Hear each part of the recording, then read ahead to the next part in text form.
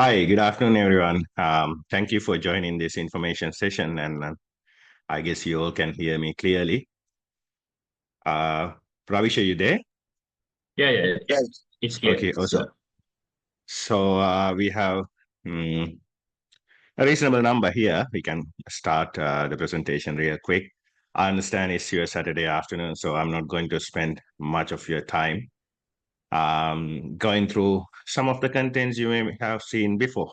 So I'll quickly start. The very purpose of conducting information sessions of this sort is to, give some kind of an opportunity for potential applicants to understand the process, at least our perspective of this process of applying for Sweden and Finland. And we also can add some information about how it look like if you're planning on applying through us, the steps we should take, the initial requirements we should fulfill, and that way you will be able to make an informed decision. So we've been running these information sessions throughout the last few months, and we have almost reached a number of applicants we can process for this year. But in case if you are planning on applying through us, you can still apply throughout the next few weeks hopefully towards the end of September. So we have about 5 weeks more to make a decision and apply. Earlier you apply, the better. Then we can obviously close down the process of accepting your applications and focus on those applicants who submitted their applications on time. So let's quickly move forward. The session, the first slide is about us, a bit of information about our firm, Eduzone Consultants. We've been operating in Sri Lanka for the last 14 years, and when we started, obviously, there's no much students going to Sweden and Finland for higher education. Yes, there was this fraction of Sri Lankans who mostly come from public universities that kind of applied for higher education in Sweden and Finland, especially Sweden at the time, when Sweden used to be an option where there's no tuition fees involved. And we started in around 2010, and during our first year itself, they introduced a tuition fee. So it's always been a fee paying option for us. But the surprising fact about Finland is we used to process applicants for Finland straight away for 9 years before they introduced their tuition fee in 2019. So we are one of the first couple of firms to promote education in Sweden for Sri Lankan students, and certainly the first in for Finland. I understand it's quite a popular destination now. When we started, there's not even a single firm or anyone doing the same. That's one of the reasons why I started Finland in the first place. But now the landscape is different. It's quite popular. We have plenty of direct applicants, plenty of other fellow agents, who are involved in the same industry. Still okay as long as you continue to maintain that kind of a sustainable approach and use legitimate documents all the time. That's just our opinion about it. And over the last 14 years, we have had a scholarship record of over 1 billion rupees. We were able to do this mainly because when we started, there was no any tuition fees involved for countries like Finland. Um, so we were able to process a large number of Sri Lankans for about 9 years until 2019 before they introduced their tuition fees. Even after the introduction of tuition fees, we still used to receive scholarships in large numbers, but my understanding of that process is in a declining stage.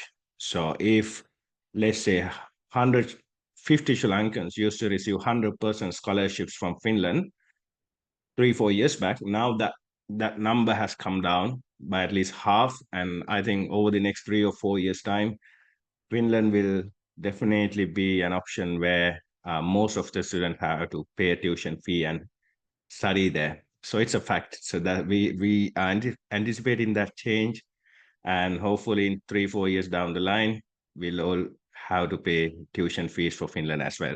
At the moment, we do have fair chances, at least compared to Sweden, to receive at least a partial scholarship of some kind. And the last point is about the numbers. Well, this number is actually outdated because we made these contents years back. At the moment, I think we have processed over 2,000 Sri Lankans to study in Sweden and Finland over the last 14 years. And that 2,000 is certainly not a number of individual applicants. The 2,000 consists of the main applicants, the family members, and everyone. So I would say when it comes to the main applicants or the individual applicants, I think we have processed roughly around 750 plus. So that's about us in short. Let's quickly move forward. We already covered this. We've been operating for the last 14 years. We always try to maintain that trustworthy kind of an approach with our clients. We are honest about the process all the time. We explain pros and cons, so it's easy for us to have that sustainable kind of a crowd there. When they go there, they tend to settle down. When they settle down, they obviously recommend us to others, and that's how we've been evolving over the last 14 years. So we covered most of these things, but the last one is very important. We have a policy of processing about 50 to 60 maximum every year. And that is one of the primary reasons why we start accepting new applications months in advance. The idea is we can explain them the process, we can explain them the requirements, especially requirements like IELTS, which can take some time to prepare for. And then we can, slowly start the process with Sweden first, because for Sweden, there are some provisions that you can use to apply without any kind of an English proficiency test score. And you still have time. We can usually give our clients about at least good 3 to 4 months time to get their IELTS test score done. That's the reason why we start in these sessions months in advance. And now we're in the month of August now. So we'll still continue to accept new applications, hopefully until next month, September. And I would like to talk about entry requirements you need to have when applying for these countries. The most requirement when applying for a master's is to have a bachelor's degree. And then if you think about these countries, our business process is always about combining two options together. Nowadays, we receive plenty of inquiries. We need to go to Finland, we need to go to Sweden, but our reply always is that we don't work that way. Our process is about combining Sweden and Finland together. And there we can apply for multiple options, maybe about 3 to 4 masters from Sweden, 3 to 4 masters from Finland. That gives us a combined number of about 8, at least 6 to 8 masters. We apply for all 6 to 8 masters in 2 countries, and then that creates kind of a probability for us to be able to give you some kind of an assurance saying, look, we can have you admitted for one of these 2 options. So if Finland is your favorite most option, you can pick that Finnish admission if there's one and move forward with the visa process. Or in worst case scenario, if you're not admitted by any of these Finnish universities, you still have the Swedish option. That's the idea.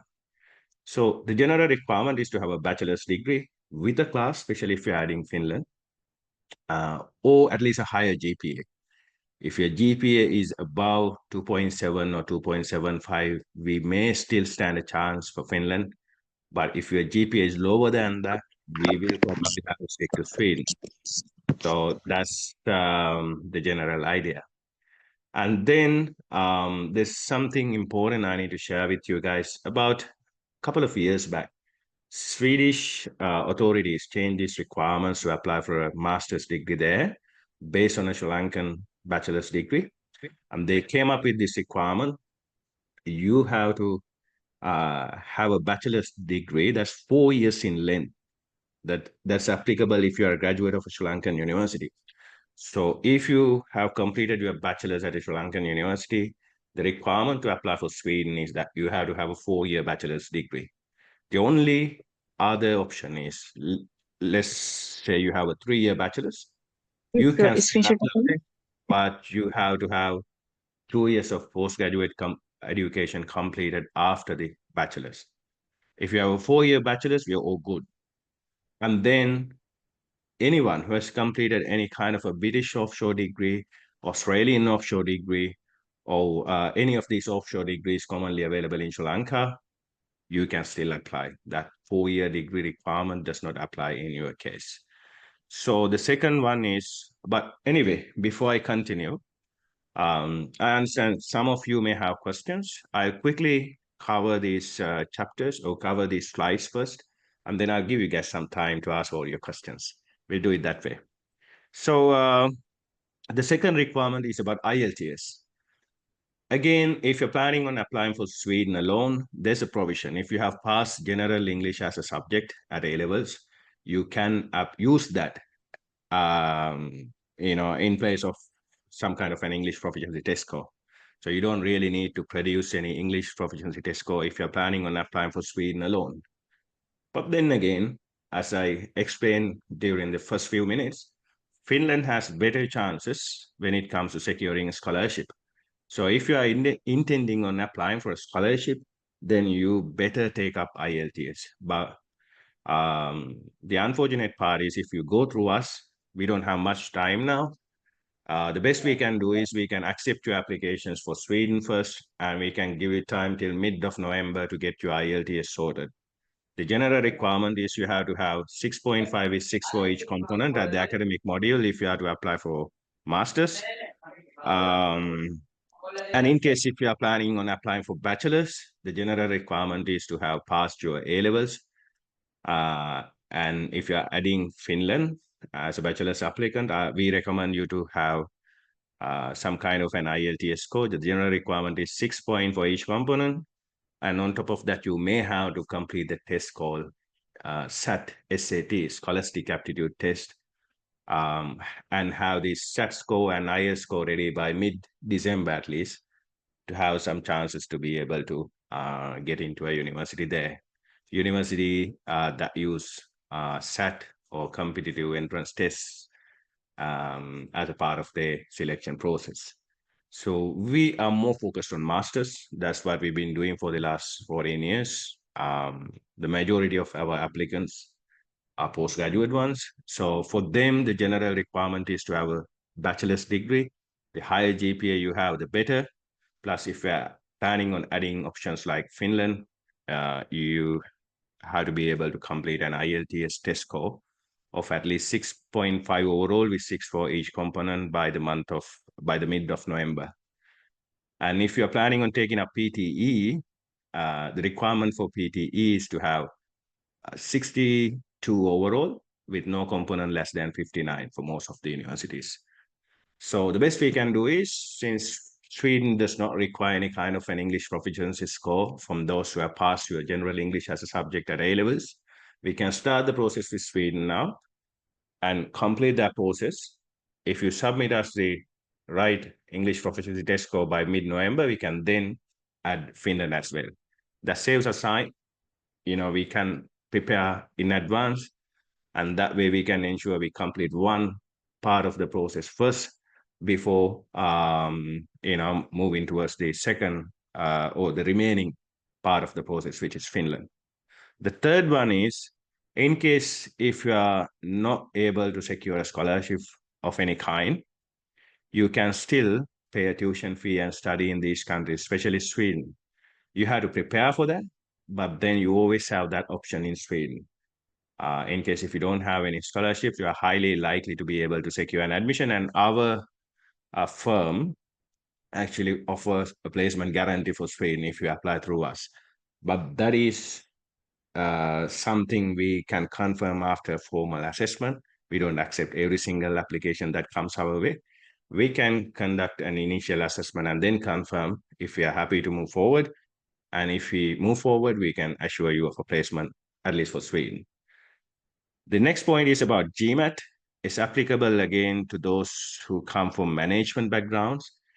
If you have completed any bachelor's qualification, be it in the field of management or business administration or economics or accountancy, finance, any of these subject areas related to management, we highly recommend you to take up the test GMAT and have a score ready at least by the end of November. IELTS obviously is the compulsory requirement, but once you complete your IELTS, it's always a wise idea to spend some money on your GMAT score. The very reason is, let's imagine a situation you need to apply for a Finnish university or Swedish university where GMAT requirement is in place. Yes, there are most of the universities, they have selection groups based on GMAT. That's the number or the selection group 1. And then they have selection group 2, which is a kind of a situation where they assess these applications based on academic merits. The idea is, let's imagine if we have 1,000 applications from Sri Lanka with first-class degrees and IELTS scores for a particular year. For Finland, the number of those with first-class degrees, the IELTS scores, and GMAT scores will be around 50. 1,000 versus 50. So that 50 or the first 50 applicants will definitely have more chances to get in compared to the rest of the applicants, 950. That's the idea. That's why GMAT is important, especially if you have a first class or second upper. GMAT is an excellent investment because that increases your chances of getting into a good university, and that increases your chances of getting into some kind of at least a partial scholarship. And the last point is more for requirement. If you are admitted without any kind of a scholarship, or let's say if you're admitted with a partial scholarship, you should still have sufficient funds to be able to pay for the remaining amount of tuition fees. Otherwise, you'll be in trouble. The idea is, let's say if the actual tuition fee is 10,000 euros, and if you granted with a scholarship for 50% of the fee value, you still have to have at least 5,000 euros in hand to be able to pay for the remaining amount of funds for the first year or remaining amount of tuition fees for the first year. Otherwise, you can come across a highly stressful situation without being able to pay your tuition fees. So it's an absolute must in case if you land a partial scholarship in these countries. So let's talk about the disadvantages of these countries, because I would like to start with disadvantages. The first one, obviously, we all know about it, most of us. It's about language barriers, because all these countries, if you think about it, they have their own languages, and it can take sometimes months or years to pick the language. So that's one of the biggest disadvantages I see in these countries. But nowadays, with the availability of technology, especially like for certain industries, if you come from the software industry, I've seen heaps of Sri Lankans working in these countries without being able to speak a word of the local language. The idea is they have truly international staff at most of these large scale companies. So if you happen to come from the software industry or something similar, I don't think language matters that much. Same for some of the other technical occupations as well. For an example, I have a large number of clients. Mostly they come from engineering backgrounds, and they establish professional engineers in these countries, and I don't think they speak the language much. The idea is it depends on the industry you're involved in, but language barriers is certainly a disadvantage you have when you think about applying for these countries. The second one is also pretty common, unavoidable, which is about having harsh climate during most months of the year, I would say. So there's nothing we can do to address it, maybe other than wearing appropriate clothes. And the third one is also a bit outdated nowadays. When we started first about 14 years back, I received some complaints from our former clients about, having to go through some kind of cultural shock, at least during the first few months. But always then that kind of course stopped coming after some time, which means they managed to adopt somehow. But it can be a concern for some of you because nowadays, again, all these Finnish and Swedish universities, they have reasonable number of Sri Lankans, so and Indians in general, South Asians, I would say. But before about 10, 14 years back when we started, we have received complaints like, look, Chamalka, I'm the only person of color in my whole area, and I feel, somewhat uncomfortable. But I think it's more like a completely relevant point in 2024, but still, for some of you, this can be a disadvantage as well. The last one is the popular most one. It's about difficulties in finding employment. I receive questions related to finding employment all the time, and I always give them this answer. My opinion about that is, if you think about the European Union, except UK, obviously, where English is spoken as the main language, and except maybe Ireland and Malta, or other countries, they have their own languages. And it's true that it might take some time for you to find that first employment opportunity. It's not something new. It's been there for as far as I can remember. The only way you can prepare for that is to have some kind of a budget which gives you some room to find the first income opportunity. My advice is to be prepared for at least 6 months in advance. If you carry sufficient funds with you for the first 6 months, let's say at least for a family of two or three, I would recommend you to have on the minimum at least 300,000 into six, which gives you a figure of about 1.8 million. If you're an individual applicant, at least maybe 250,000 into six, which gives you a total figure of about 1.5 million. You have to have sufficient funds with you when you arrive in these countries, because that gives you some kind of time period to be able to find that first income opportunity. Having said that, most of these countries are very generous when it comes to immigration.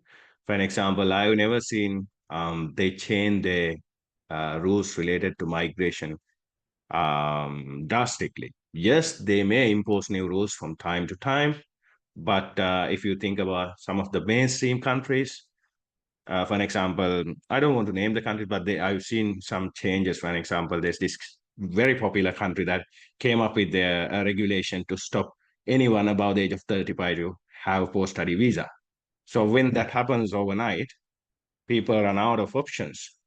But I don't think, or I never seen any kind of a drastic migration policy change in any of these countries over the last 14 years. We have been sending our students.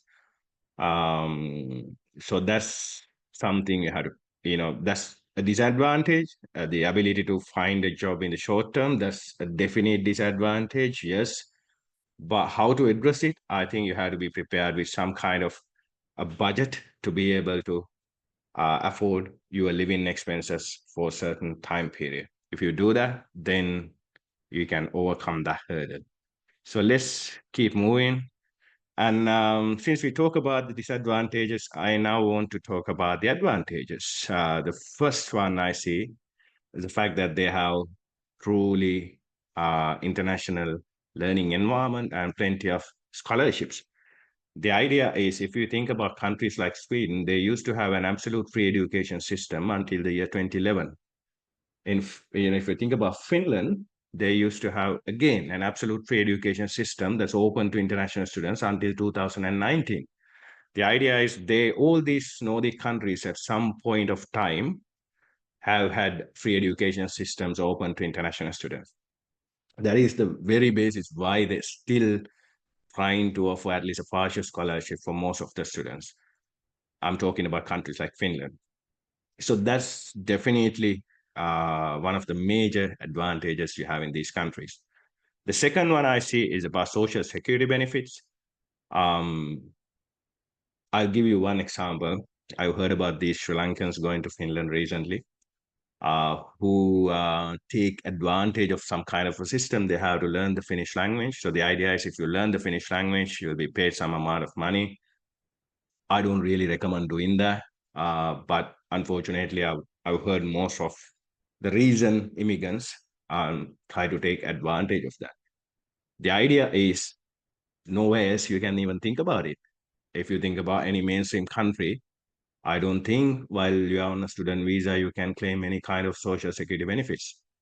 That's one of the certain definite advantage you have in these countries, because they give you some kind of access to the healthcare system.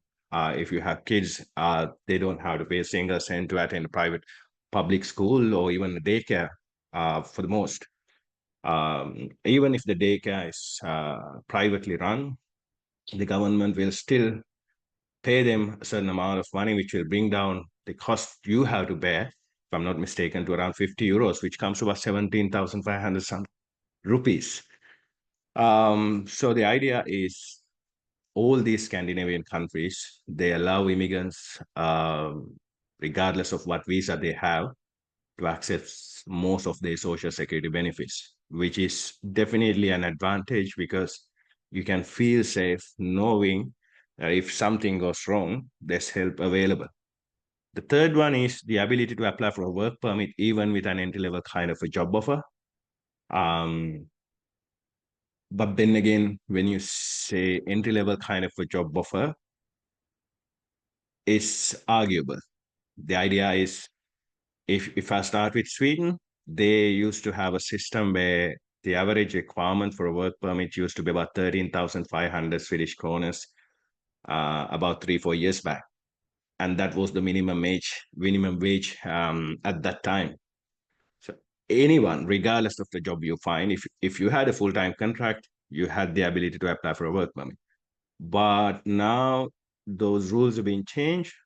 Now they expect you to have about 27,000 some Swedish kroners in order to be able to apply for a work permit. Still possible if you study a technical or ICT related or health related subject. But the difficulty we have with that is not everyone can actually make it. So I recommend you to have analyzed your options and have some kind of confidence in you um, before you make that decision to you know pick one of these countries. If you have years of experience in a particular industry, and if you have this attitude of, okay, if I somehow manage to go there, I have full work price, I have sufficient budget for at least first few months, I'm able to find a job within the first 6 month time period. If you have that kind of a confidence, feel free to go with it, because that's the best advice I can give you. But the idea is, regardless of the job, they may have a salary threshold requirement, but they have not defined any kind of a particular job category. So all you have to do is find a job offer that pays the required salary threshold for a work permit. If you do that, you can apply for a work permit. I've seen plenty of my applicants, especially the previous ones who used to go to Sweden before the year 2022, let's say 22 or 21. Half of them actually apply for work permits in some of these industries, such as the cleaning industry, the housekeeping industry. Offers like that help them secure their first work permit. But unfortunately, now they can still apply for a work permit as a cleaner, but the cleaner has to earn that 27,000 plus amount, which might not be a possibility. But the surprising situation about Finland is they're still around the minimum wage. Maybe that's why Finland is becoming more popular nowadays. And you also have accessible healthcare facilities.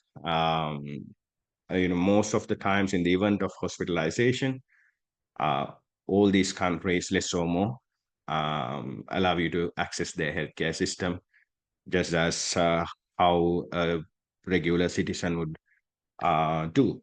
So that's one of the definite advantage you have in these countries. But if you want to feel more secured, you always have the option to purchase a comprehensive medical insurance policy. That's entirely up to you. And also, we cover this part as well. They offer free education for your children, including state-funded daycare facilities. Cost of daycares are exactly similar to what a citizen pays. And the other point is kind of important because I learned it from a client of mine. If you happen to move into any of these countries, you have the right to study any vocational training program without paying a single cent if you study that program in the local language. So all these countries, again, Sweden and Finland, they have their own language training programs being offered free of charge. So if you plan it well, maybe if you go as the main applicant, the secondary applicant can learn the language, complete some vocational training.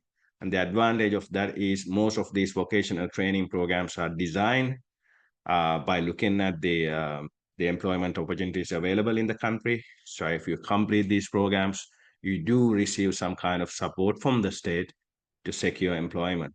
So that is also something very unique about the Scandinavian countries, and I can definitely identify this as one of the advantages. The last one is actually a combination of all these factors. All these countries, again, they have some kind of an inclusive system in place to absorb immigrants. If you think about Sweden, I was so surprised to learn recently there's one third of the Swedish population is born elsewhere. I didn't know about it. And it's surprising how multicultural the country is. So they do have, all these countries, they have some kind of inclusive systems in place. I recently came across news articles saying that countries like Finland, they are making their policy decisions in a way that they can attract highly skilled immigrants into their country. So at least for the next 4 or 5 years, I'm sure these countries will remain open freely for international students. But my understanding of that process at the same time is the number of scholarships you can receive is definitely on a decline. So I think in 2, 3 years' time, securing scholarship for a country like Finland will not be that possible. But still, these countries will remain as fee-paying options. And I would like to talk about things to be concerned of. First one is you must either be on a scholarship or have the ability to pay for at least the first 2 semesters. The idea is, if you think about a country like Sweden, you only have to pay for the first semester when you apply for a visa. If anyone thinks, okay, now I only pay for the first semester, I pay for the first semester, go there, find a job, and I somehow pay for the second semester, you're highly likely to fail. The reason is, as I explained, it can take sometimes few months to find the first income opportunity. So let's say you find a job in 5 months' time, you only have 1 month to find the second semester's tuition fee, which is not probable most of the times. So I recommend you to, have sufficient funds at least for the first year, and also sufficient funds to cover up your living expenses at least for the first 6 months. We already talked about this. I recommend you to have, on the minimum of 1.8 million for a family, or if you happen to be an individual applicant, at least 1.2 million. This, again, is not a big budget, but it'll cover the bare minimums at least for 6 months time period in most cities or Finnish towns. And the third one is pretty much common sense. You have to be able to learn the local language and to make local contacts, because that will help you establish in these countries in the long run.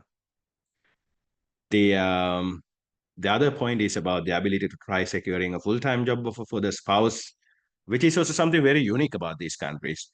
Again, I don't want to name the countries, but if you happen to go to any of these mainstream countries, you will probably have to wait till the spouse complete his or her studies, and then find a job offer that meets the country's, migration requirements, apply for a skill assessment or something, and then try to apply for some kind of long stay visa. Whereas in Nordic countries, the requirement is one of you, the husband or wife, one of the two applicants have to find a job offer. If they do, they have the right to apply for a work permit. So you don't have to really wait until your spouse complete the master's or bachelor's she or he is there for. If the secondary applicants can come up with a full-time job offer, he or she can apply for a work permit. And if it's granted, the secondary applicants, the students, whatever tuition fees you have to pay can be waived off. So he or she will be able to access free education. So I understand it's a bit of a loophole that they have, but it's still possible in these countries. For an example, I received this message just this afternoon from one of my previous clients. She's in Finland. Maybe she decided to send this after seeing one of the stories I shared, and she says, Shamarga, hope you could remember us. Just want to share happy news. My husband received a work visa and 3 of us secured visas for 4 years. And this client actually arrived in Finland last year. So within a year, they have managed to secure a job offer for the husband and apply for a work permit. And they now a subsequent entrance of her husband permits, which means she doesn't have to pay anything as tuition fees. So again, to be able to do that, you have to have some kind of skilled background. That's just my opinion about it. If anyone says we can find jobs in these countries, they can be two possible reasons. One is they have not financially prepared themselves for the journey. The second one is they probably not coming from that kind of a skilled background to be able to find a job of in a foreign country. One of the two, highly likely. And the last point is about, it's more like a request. We highly recommend you to complete your studies entirely or find a legal pathway before discontinuing. We have had a pretty good client base over the last 14 years, but even, among our clients, we have had a tiny number of individuals who have, dropped out of universities and, uh, kind of the ones who don't necessarily study in these countries. So when you do that, obviously that's one of the major problems in these countries anyways, because these are tiny countries. They don't promote education commercially. They don't go around the world appointing agents, conducting workshops to attract international students. Hardly do that. They do, but not at a large scale. So the real issue is your overall behavior in these countries has a some kind of an influence about their policy decisions. It can be clearly seen because Sweden, if you think about it, there used to be a 2-3 day visa, a country with 2 to 3 day visa process before 6-7 years. We apply for the visa today. I've had many cases. We apply, if we receive the admission today, we apply for the visa in 2 days' time, and we receive the decision in 3-4 days' time. And back then they had these direct grants. You didn't have to go to the embassy in New Delhi. Initially, all you had to do is to, once you receive the grant, you had to visit New Delhi, provide your biometrics, and then get your resident permit card. But now the process is getting increasingly difficult. But still, somehow we can navigate across a bit of a turbulent environment. Still is possible for the most, but then I think all these policy changes happen due to the actions of our own people. I'm not talking about Sri Lankans alone. So let's look at how the application process look like if you apply through us. The first, it's a 3-step process. If you go through us, the first step is to go through a formal assessment. How we can do that? We need a copy of your degree cert, copy of your transcript, and copy of your passport, along with our assessment application fee, which is about 35,000 rupees. We charge it at a commitment. Once you hand over these documents, we can spend about a week or two and come back to you with a list of options available for us to apply with a higher kind of a probability, all the course contents, and all exact documents we need from your end to process you further. That's the first step. And anyhow, after the end of this Zoom meeting, I'm going to send you this information as an email as well.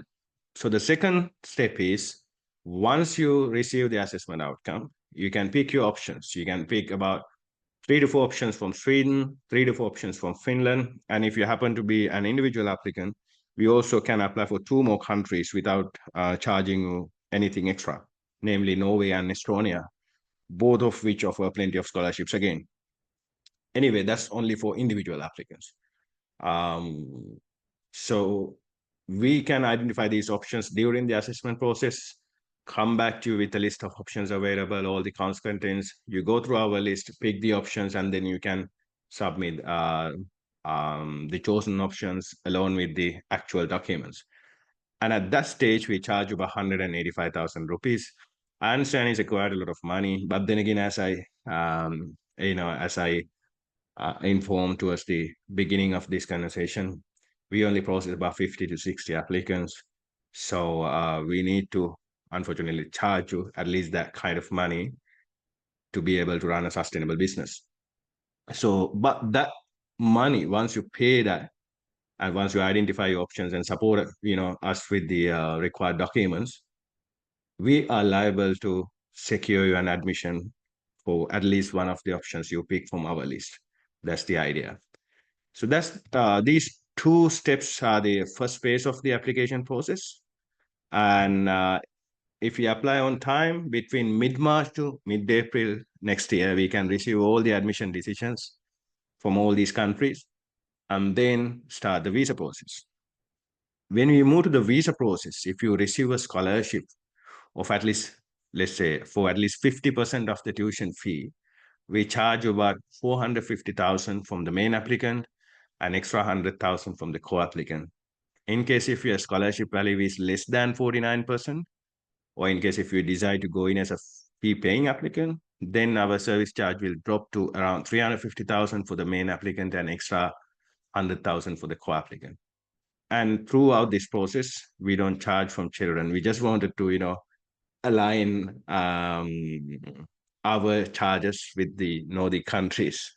That's why we are not doing that.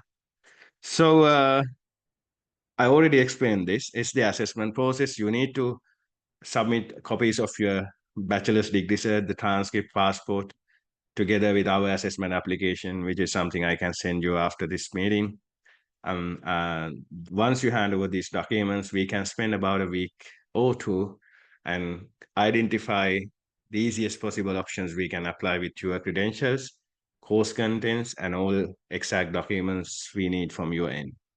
The second step is the actual application process. So once we provide you with the assessment outcome, you can pick your options from our list, submit the supporting documents, and pay the application fee of 185,000. And third step is the visa process.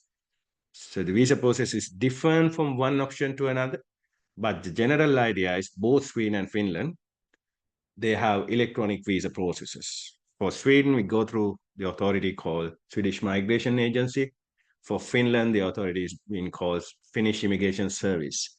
You apply for your visa online, download certain documents, pay your visa fees online. And then for Sweden, there can be two possible scenarios. They can grant you a visa. Nowadays, they don't grant any visa without identifying you at the embassy. But if your visa is likely to be granted, they can request you to appear for something we call passport verification process. So that is the healthier style. So if they call you up for a passport verification, you are highly likely to be able to receive your visa without any additional interview. The second scenario is they can call you up for an interview. If that happens, we have to visit the embassy at a given date and time. They will ask you questions and then make a decision later on. Finnish process is standard. As a part of the process, you have to book an appointment at the VFS center in New Delhi, visit the VFS center, identify yourself, and once you come back, your decision will be made by a case officer based in Finland. So both of these countries, less or more, they have electronic processes. As I explained before, we also add Norway and Estonia for individual applicants. The Norwegian visa process is, again, straightforward. They have set aside a certain amount of fund requirement. Last time, the last amount of funds I can recall is 111,657 Norwegian kroners, which is about 4 million something. So the idea is you have to deposit this in university's bank account, obtain a deposit certificate, and with that you can apply for your visa again electronically, submit your documents at the VFS in Colombo, and then receive your decision later on. If you think about the Estonian option, they are known to be the digital leaders in digital infrastructure development in the world, but unfortunately their visa process is old school. So what you have to do is basically you have to fill up certain documents, book an appointment at the embassy, visit the embassy in New Delhi, submit your documents, wait for about 10 days, and come back with the visa applied on your passport. So that's about the visa processes in short. we can certainly help you with the visa processes. We can certainly add some value. We believe we can add some value. We know the process. We have done, handled hundreds of applications with a high level of repetition. So we are pretty confident about it. But then again, our opinion about using any kind of a third party person or service provider is that you don't really need them at all. Yes, they may be able to add some value, but our intention is to provide some kind of a service uh, to a kind of clientele who's not having sufficient time to use, do everything on their own. For them, we can definitely provide add some kind of value and ensure we apply for multiple options. But then again, if anyone asks me the question whether you should use an agent for any of these countries, I would say no, you don't have to. That's just my opinion, anyways. So let's move forward. I would like to talk about the costs involved in the visa process or in the entire process. You may have to, if you go through us, you have to pay our assessment fee, which is about 35,000 LKR. You have to pay our application fee, which is about 185,000. And then you also have to think about our service charges. I explained this before. If we receive a scholarship for at least 50% or more, we charge about 450,000 from the main applicant and extra 100,000 from the spouse. If the school value is less than 49% or less, we charge about 350,000 from the main applicant and extra 100,000 from the spouse. And even if you decide to go in as a fee paying applicant, we still charge you the same amount of money. And then on top of that, sorry, there's visa fees to pay. I'll quickly go through the fees. In Sweden, you pay about 1,500 Swedish kroners, which comes to about roughly around 45,000 rupees. And half of that for a child, 22,500, I'd say. Anyway, these figures are like approximate ones. And then for Finland, it's much more expensive. For a student, you pay about 350 euros, comes to about 100,000 plus. And for the secondary applicant, you pay 470 euros, which is also 100,000 plus. And for each child, you pay about 240 euros, which is somewhere closer to 100,000. So Finnish visa fees are probably some of the most expensive ones in the European Union, at least in compared to other Scandinavian countries. But then again, you'll have a higher probability to have some kind of a scholarship for Finland. So um, even though you may have to pay higher visa fees, it doesn't matter much. And you also have to think about air tickets. The idea of air tickets is that you have to prepare for about two different types of air tickets. You may have to purchase an air ticket to go to New Delhi to get your visa process completed. Plus, you may also have to think about using an air ticket to go from Sri Lanka to the major destination, Helsinki or Stockholm or whatever it is. So there's two different types of expenses involved in with regard to air tickets. And also there are other expenses. For example, if you move to uh, Finnish VFS center, they charge you some money to have certain legalization processes completed. You may have to attest to your marriage certificate. If you have children, their birth certificates. So these processes will cost you some money as well. So you have to think about this. And obviously, apart from these figures, you also have to think about your living expenses, at least for the first 6 months.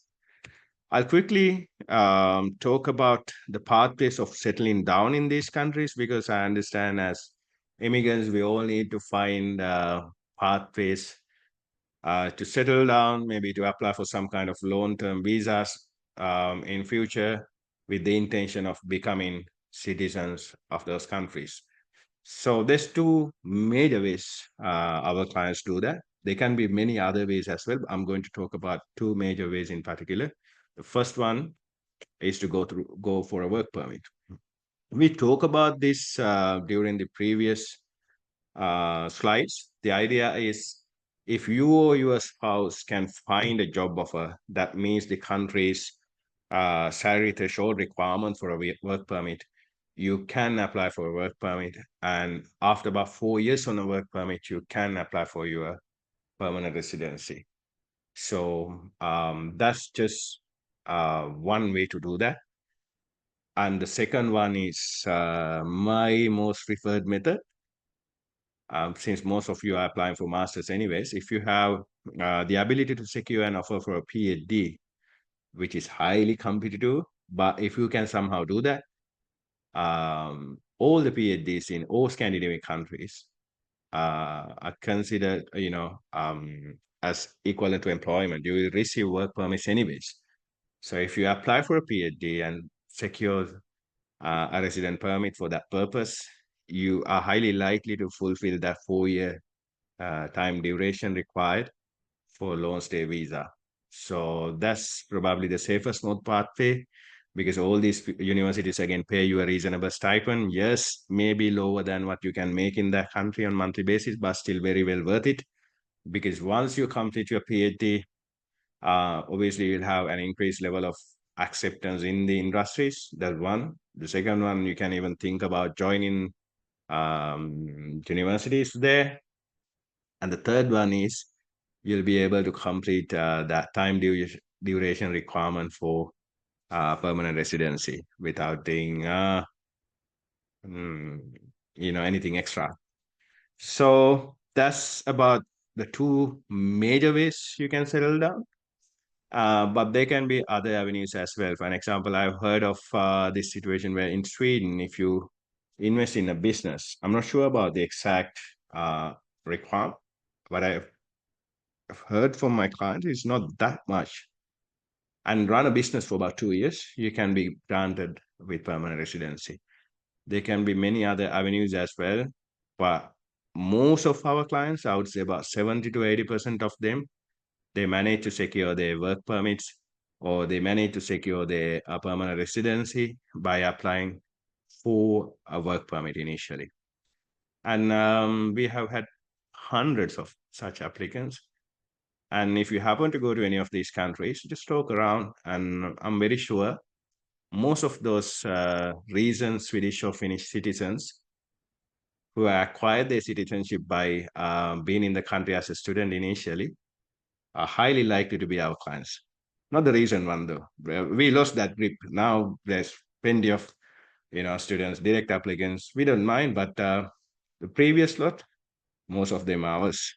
So that's all we have. I would like to ask any, if you have any questions, you can, feel free to ask those in the chat box, or you can even verbally question me. So I'm happy to share whatever I know. I received my first question. Kasun says, my profile is with different qualifications. So basic degree to have MSc. So it's a very common occurrence in Sri Lanka, Kasun. If you think about the Commonwealth system, they recognize working experience as equivalent to academic merits. But this doesn't happen anywhere else in the world. So when you don't have a formal degree but a master's, we cannot use that master's qualification to apply for another master's in a country like Sweden or Finland. Maybe in the UK, yes, it is possible. In Australia or New Zealand, yes, it can be possible. But unfortunately for Sweden and Finland, the only option I can think about is to go for a bachelor's. So that's just my opinion. You can, maybe write to these universities and request, but I have a gut feeling they would, let's almost say the same thing. So unfortunately, that's the real situation. But if you, for an example, if you're married, if your key intention is to settle down, um, you know, you can always think about an option such as, for an example, if your wife has a bachelor's, she can become the main applicant and apply for a master's. If your wife does not have a bachelor's but A-levels, she can apply for a bachelor's degree, and they can accompany her as the spouse and try to secure a work permit. That's another possibility you may have. But with your current credentials, I don't think we are able to offer you anything. I'm sorry. I'll quickly move forward with other questions. Okay, so we have a few. Varsågod. Tenerat ask. Yeah, Rebecca, I can see you may have a question. If possible, can you please type it in the chat box? That way I can easily answer you one by one. So, can you please describe whether there are chances to get scholarship with a bachelor's top-up degree? Well, it's a very common question. I think I received this question at least 3-4 times today about top-up degrees. Maybe some information is being circulated in WhatsApp group and social media about this. The idea is, if you complete a top-up degree, you must always have some kind of formal structured qualification for the first 2 years. You complete a Pearson HND, you complete a TTE qualification, you complete a SLIAT HND, you complete some kind of a 2 to 3 year qualification, and then use that to complete your top-up. You can still freely apply for any of these countries. But if there's no any structured formal learning, you have 5-6 years of experience, you use that to get into one of these private colleges with a name board at a commercial property and complete your bachelor's in 1 year's time, that degree cannot be used in any of these countries. Simple as that. That's the idea. So if you have completed a formal qualification, can be HND from Moratuo or TTR from Katunayaka or SLIAT qualification or Pearson HND or any of a formal qualification that lasts for at least 2 or 3 years, and then completed your final year top-up, you can freely apply. Don't worry about it. We have processed hundreds of bachelor's, hundreds of applicants who have used top-up degrees to get into masters in these countries. But the first 2 year qualification also matters. Sarit says, sir, I have completed my bachelor's degree in accounting from the University of Plymouth, probably from NSBM, 59.7, second upper division. Will this be enough to apply for Sweden University for masters? Absolutely. You can apply and you don't need any kind of a proficiency test score. I assume you have completed that NSBM, which is good. But my understanding about the process is, unless you come from extremely wealthy kind of background, it's always better to take up IELTS, because with a second upper degree from Plymouth, you do have chances to secure at least partial scholarship if you apply for multiple options. But to be able to do that, we need IELTS. Sitmini says, could you please repeat the show money requirement? Oh, that's a part I missed. It's good you asked. The general idea is, I'm not going to talk about exact figures. There's no point of talking about exact figures anyways. The general idea is, if you're an individual applicant, be prepared to have at least 15,000 euros in a bank account. Can be a last minute balance. We don't worry much about sources. There's ways you can convince these authorities about how you have accumulated these funds, but you still need to have about 15,000 euros, which comes to about 5 million. If there's two of you, you need to have at least, 25,000 euros, which comes to about 8.5 to 9 million. And any additional child should have at least 8 to 10,000 more. If you have one child, three of you need to have in your position at least about 30,000 euros. That's the easiest way to explain the funding requirement. Do they question about the sources? No, they don't. But they question about, I'm talking about Finland. For Sweden, there's no any questions at all. In Finland, there's a question that asks you to um, clarify the origin of funds. So that's all you have as a question. So if you come from a professional background, all you have to do is write a clarification about your background. And if you apply through us, we can handle this for you. So Kumar says, my degree is in agriculture, specialized in agribusiness management, but I'm in supply chain field now. Am I eligible for masters in agriculture? Absolutely. So your working experience, Mr. Kumar, it doesn't matter. It's always about your formal bachelor's for these countries. If you have a bachelor's degree in the field of agribusiness, there's plenty of options you can apply for. You can apply for agriculture, forestry, or even options like food science and technology. That depends on your course contents. Or if you want to kind of add agriculture along with business, just like agribusiness. Unfortunately, I may have to remove someone because of the noise. So that's the idea. You can apply for agri-related options without any issue. If you want to, consider options like agribusiness or natural resources management, we can assist you with that as well. So we have some more questions. Rasanjas says, hi, I have a top-up degree from Northampton University with first-class honors in UK. Would I be entitled for studying MBA? It entirely depends on what kind of a qualification you use to enter that top-up. If you have completed a Pearson, HND, or any kind of a 2 to 3 year higher educational qualification from an accredited entity, you can definitely apply for masters. Kasun says, can I initially proceed alone and subsequently get down the family? Yeah, it's possible, but I don't really recommend you to do that because it's not necessary.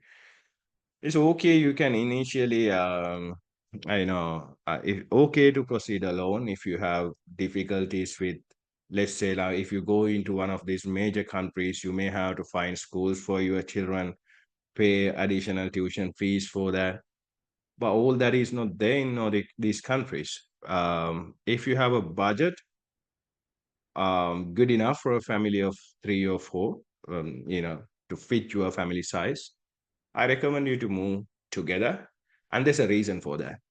The real reason is if you apply together as a family, you are highly likely to be able to go together.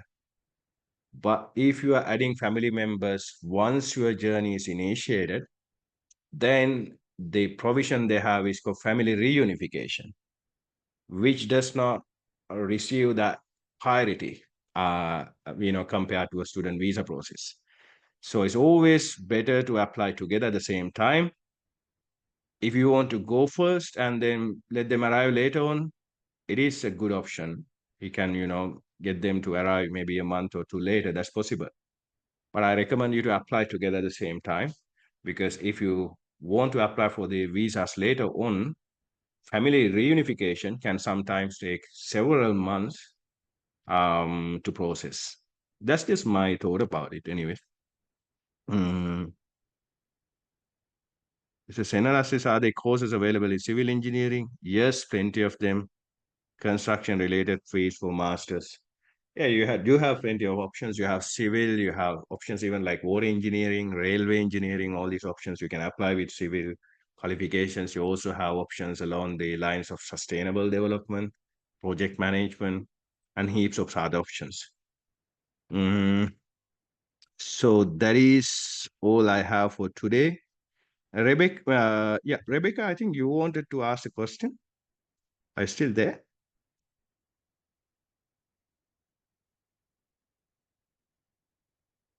All right. So that's all I have for today. Thank you so much. And thank you guys for spending more than 1 hour from your Saturday afternoon with us. And I'm going to anyhow, if any of you have joined us in the middle of this meeting, I'm going to upload this to our YouTube channel, maybe in a couple of days' time. And if you guys do apply through us, I recommend you to make a decision at least before the next 30th of September. That is when we'll probably stop accepting new applications for next year. Thank you all, and you all have a wonderful weekend. Bye-bye. Thank you so much.